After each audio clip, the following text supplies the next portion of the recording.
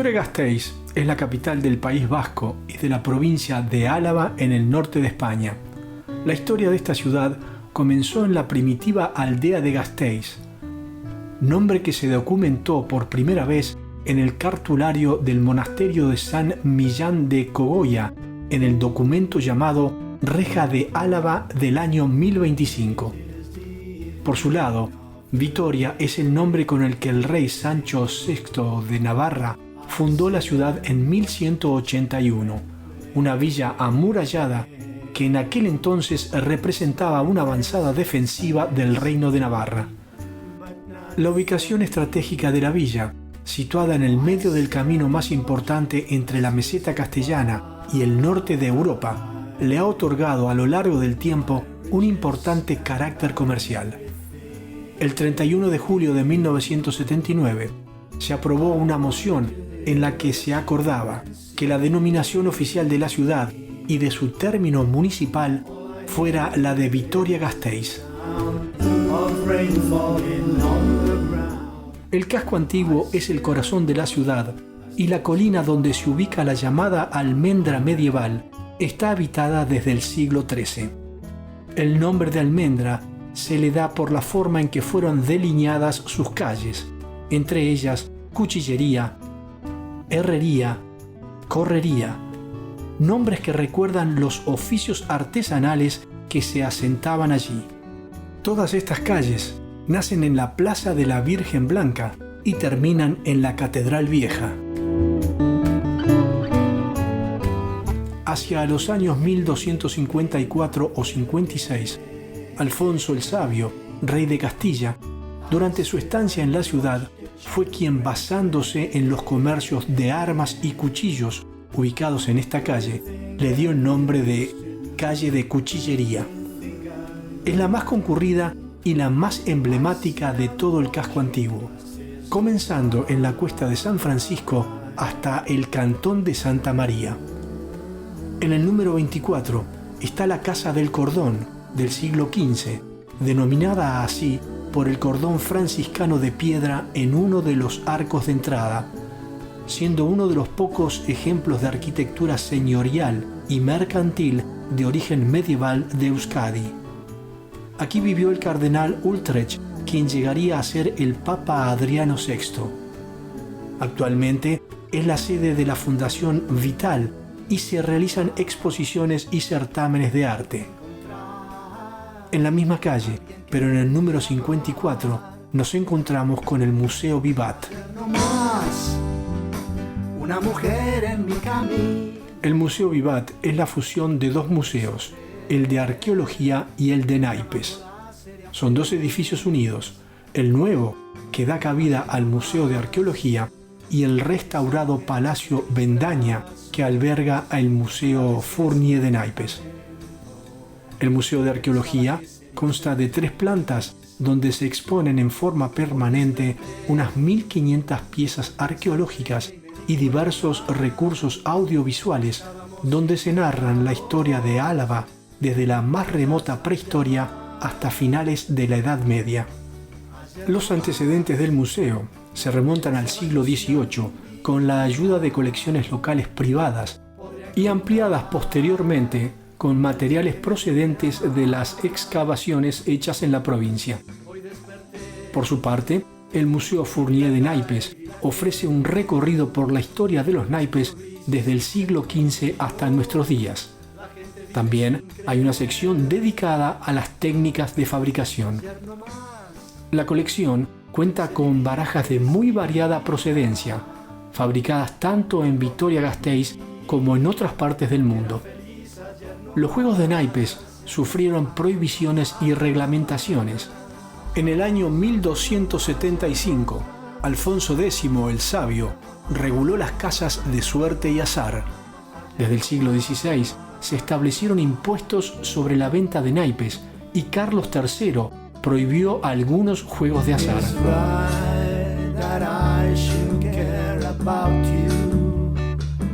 El origen de este museo está ligado a la empresa de naipes creada en Vitoria-Gasteiz en 1870 por Heraclio Fournier. Su nieto, Félix Alfaro Fournier, al tomar la dirección de la fábrica en 1916, inició una colección que 68 años más tarde era adquirida por la Diputación Foral de Álava para construir el actual Museo de Naipes, el que se fundó en 1986. Donde hoy está la Plaza de la Burullería, en la época medieval, era una calle llamada Calle Chiquita. A finales del siglo XX, la zona fue remodelada, pero los edificios que la rodean, como el Portalón, la Torre de los Hurtado de Anda o la Catedral de Santa María, son medievales. En febrero del 85, el ayuntamiento otorgó a la plaza el nombre de Burullerías, ya que según documentos de 1540, los moradores de esta zona tenían el oficio de burullero, o sea, los tejedores de paños de la época medieval. Esta torre edificio, ubicada en la calle Correría, fue construida como posada de mercaderes, usada como tal desde el siglo XV hasta mediados del XX. Es una de las construcciones más antiguas de la ciudad y formaba parte del sistema defensivo. Se trata de un edificio gótico de grandes dimensiones que conserva su aspecto original, cuya fachada en la parte inferior es de piedra de mampostería y la superior en entramado de madera y ladrillo. Ubicada en la salida norte de la antigua aldea Gasteiz, es un buen ejemplo de los edificios del siglo XV vinculados al comercio. La gran puerta de entrada, que da nombre al edificio, es lo más llamativo. Tenía una rampa para acceder al sótano o a la cuadra, y durante la noche los mercaderes guardaban allí los carruajes y las mercaderías para protegerlos del mal tiempo y de los ladrones. El Portalón posee una bodega con excelentes vinos de denominación Rioja, a la cual los comensales tienen la posibilidad de acceder y seleccionar in situ sus botellas. Cuenta con 6 comedores, 4 de los cuales son privados. El Portalón fue restaurado en 1957 y actualmente es uno de los restaurantes más renombrados de la ciudad.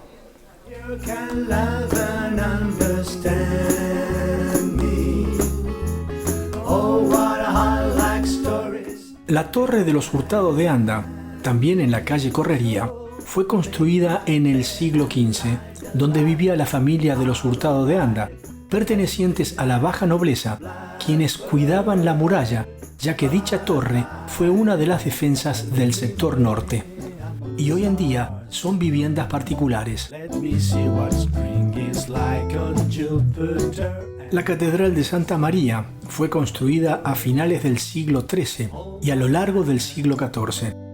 Fue edificada como iglesia fortaleza de gran volumen y aspecto cerrado, principalmente sobre el lado norte, ya que formaba parte de la defensa de la ciudad.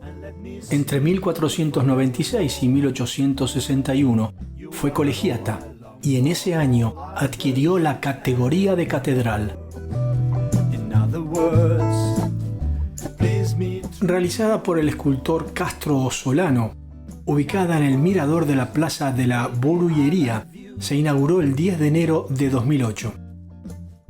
Es una estatua homenaje al escritor galés, ya que a través de su libro Un mundo sin fin dio a conocer por todo el planeta la catedral vieja de la ciudad.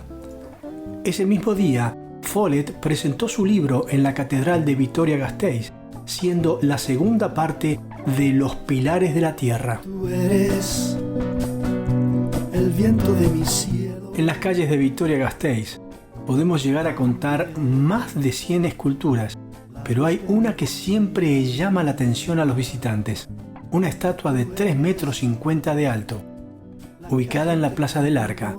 Es la estatua del caminante y fue hecha por Juan José Eguizábal en 1985, originalmente en fibra de vidrio, pero 4 años más tarde se pasó a bronce. Perfume de mis flores. A menos de una cuadra del caminante, nos encontramos con la Reflexión, realizada en hierro y bronce, y suelen llamarla el torero. Es obra del escultor Casto Solano, hecha en 1992 para el Pabellón de España en la Exposición Universal de Sevilla, y 2 años más tarde fue adquirida por el Ayuntamiento de la ciudad de Vitoria-Gasteiz. La Ruta de los Murales, oficialmente conocida como Itinerario Muralístico de Vitoria-Gasteiz, está compuesta por dibujos diseñados y creados por talleres colectivos en el que formaron parte muchos habitantes de la ciudad, y sus tamaños varían entre los 130 y 225 metros cuadrados. Es más, muchacha, corazón de tiza. La Plaza de la Virgen Blanca es una zona emblemática y punto de encuentro de la ciudad.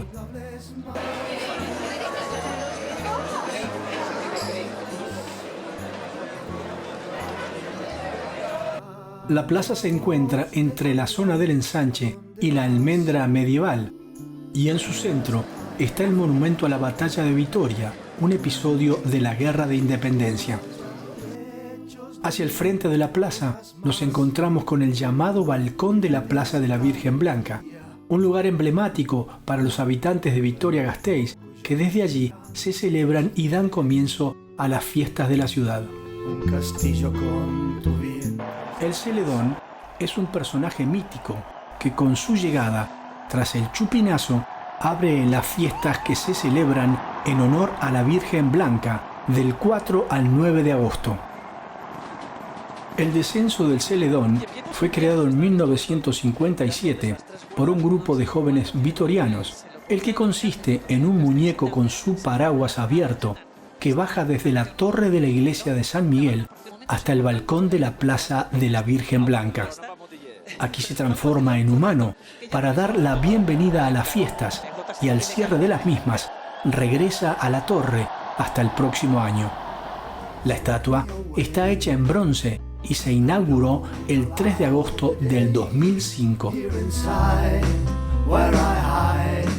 La Guerra de la Independencia se originó a partir del levantamiento en 1808 contra la presencia francesa en España. El 21 de junio de 1813, el triunfo en las cercanías de Vitoria por las tropas aliadas, compuestas por españoles, ingleses y portugueses, comandadas por el general Miguel Ricardo de Álava y por el duque de Wellington, marcó el comienzo de la retirada definitiva de las tropas francesas de España, firmada tras el Tratado de Valenciennes de 1813. El monumento, que fue levantado en 1917, tiene 3 pisos que dan forma a un cuerpo tronco piramidal. Los materiales empleados son el bronce en los pisos medio y superior y la piedra de Fonseca en el piso inferior.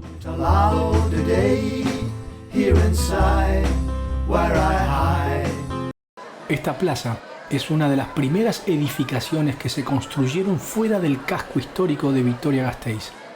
Y es que, construida a finales del siglo XVIII, la Plaza Nueva, pegada a la Plaza de la Virgen Blanca, representa el comienzo del ensanche de la ciudad. Es una construcción de estilo neoclásico, con forma cuadrada de unos 60 metros de lado, y los accesos son a través de los lados sur, este y oeste, mientras que el sector norte está ocupado por la casa consistorial.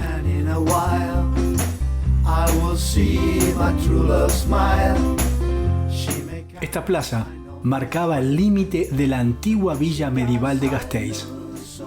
Anteriormente, en este lugar estaba el mercado del Ala, y a partir del siglo XVIII recibió el nombre de Plaza del Machete o Plaza del Machete Vitoriano, según un documento de 1806. La plaza recibió ese nombre ya que se hacía jurar el cargo al procurador general frente a todo el pueblo con la amenaza de cortarle la cabeza si no hacía correctamente sus funciones. En un extremo de la plaza está, detrás de un vidrio, ese machete sobre el que se juraba.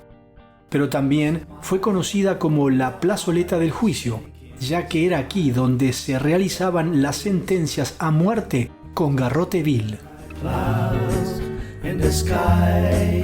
Los llamados arquillos son una obra del siglo XVIII que sirvió para solucionar la diferencia de altura que había entre la parte vieja de la ciudad y la nueva. Está formado por soportales y balcones y consta de dos tramos, los arquillos del ala y los del juicio. La iglesia de San Vicente Mártir fue el último templo que se edificó en el casco histórico y tiene características tanto del gótico como del Renacimiento. Se levantó sobre la antigua fortaleza de San Vicente, que defendía el extremo sureste de la villa. Tiene 3 naves cubiertas por bóvedas de crucería y terceletes. Su torre, de 54 metros de altura, fue levantada a mediados del siglo XVII en sustitución de una anterior, posiblemente de origen medieval. La Catedral de María Inmaculada es conocida como la Catedral Nueva. En el año 1862, visto el mal estado en el que se encontraba la Catedral de Santa María, se decidió edificar una nueva, la que comenzó a construirse a principios del siglo XX e inaugurada a finales de la década del 60. Está ubicada en el lado oeste del Parque de la Florida. El Parque de la Florida fue creado en 1820 y su diseño se inspira en el estilo de los jardines franceses de la época, siendo el más antiguo de la ciudad. Esta plaza tiene una pequeña loma artificial y una vegetación marcada por sauces, castaños, plátanos y coníferas.